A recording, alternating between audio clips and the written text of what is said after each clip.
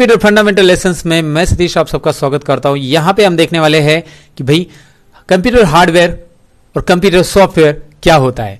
Computer hardware के बारे में अगर हम जानेंगे तो कंप्यूटर के इंटरनल पार्ट्स, राइट।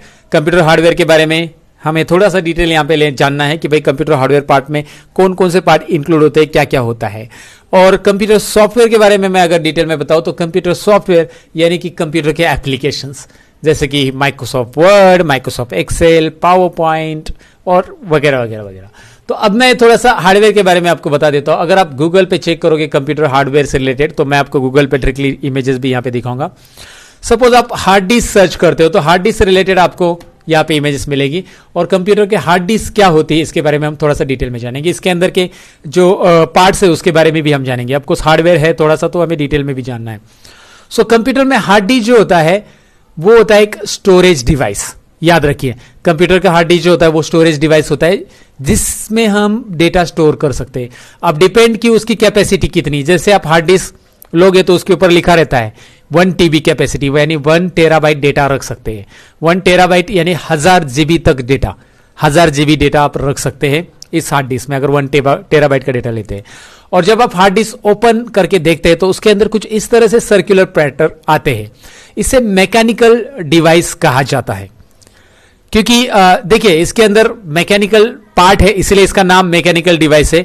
अब हार्ड डिस्क को रिप्लेस कर रहे हैं धीरे धीरे लोग अपने इंडिया में बहुत मतलब कम तौर पे अभी आपको SSD देखने मिलेगी हार्ड डिस्क की जगह, लेकिन हार्ड डिस्क की जगह अभी सॉलिड स्टेट ड्राइव आ चुका है। क्योंकि ये मैकेनिकल पार्ट है तो इसके खराब होने के चांसेस कभी ना कभी है। अगर ये गिर जाता है, आप पटक देते हो तो ये मतलब जानबूझकर कोई पटकता नहीं है लेकिन पटक जाता है, गिर जाता है तो ये खराब होने के चांसेस मैकेनिकल डिवाइस है, राइट।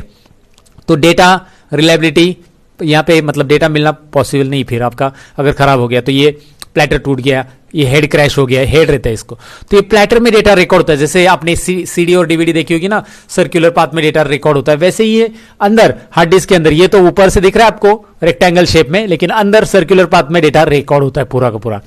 और ये इसको जरा मतलब अच्छे से यूज करना है आपको। कंप्यूटर में जब भी आप खोलोगे हार्ड डिस्क एक जगह पे रखोगे तो उसे प्रॉपर रखो, ज्यादा देर तक आप हार्ड डिस्क को बंद भी नहीं रख सकते, ये मैकेनिकल डिवाइस है, मैंने पहले ही बोला था।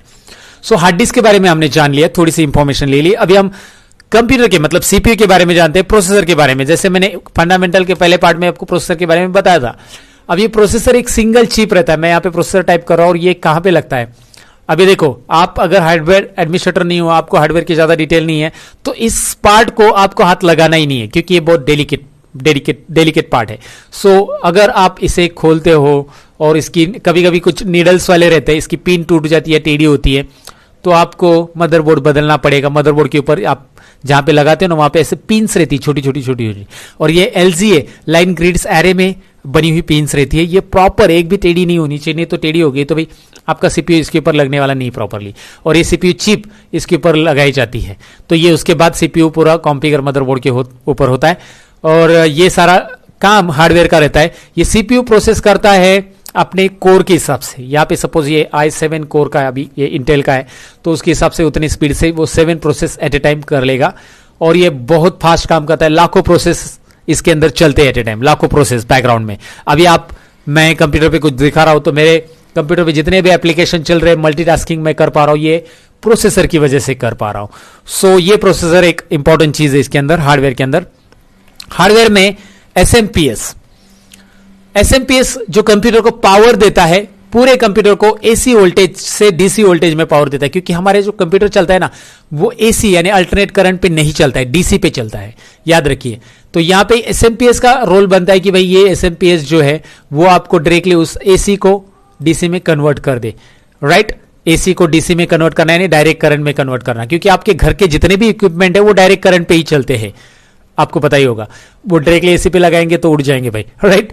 तो SMPS का काम वही बनता है कि AC टू DC वो आपको लाके देता है। आगे वाला पार्ट आता है CPU के अंदर का जो हार्डवेयर से रिलेटेड है, रैम, रैंडम एक्सेस मेमोरी।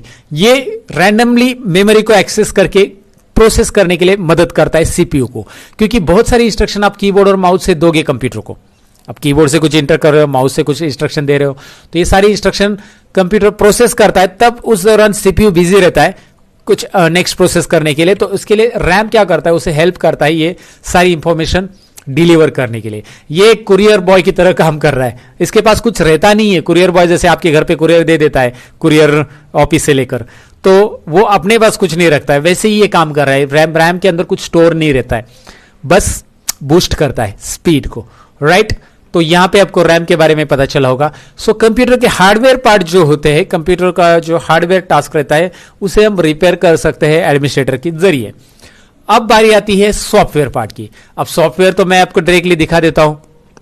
यहां पे क्लिक करेंगे स्टार्ट पे, तो आपको ढेर सारे सॉफ्टवेयर यहां पे दिखाई दे रहे हैं। Now you can check it out. मेरे पास मेरे कंप्यूटर में फोटोशॉप है, कोरल ड्रॉ है, टीमवेयर है, व्हाट्सएप भी इंस्टॉल किया है मैंने, और बहुत सारे सॉफ्टवेयर आपको दिखाई दे रहे हैं। ये सारे एप्लीकेशंस की कैटेगरीज रहती है, कुछ इसमें स्पेशलाइज एप्लीकेशन रहते हैं, कुछ बेसिक रहते हैं। जैसे वर्ड, एक्सेल, पावर पॉइंट और एक्सेल लोगे तो ये बेसिक एप्लीकेशन कैटेगरीज में आ जाते हैं, जिसमें बेसिक काम होता है। अगर आप कोरल ड्रॉ, फोटोशॉप लेते हो तो इन्हें स्पेशलाइज एप्लीकेशन बोला जाता है, जहां पे ग्राफिक्स काम होता है। वीडियो एडिटिंग की सॉफ्टवेयर ले लो तो वहां पे वीडियो एडिटिंग होती है।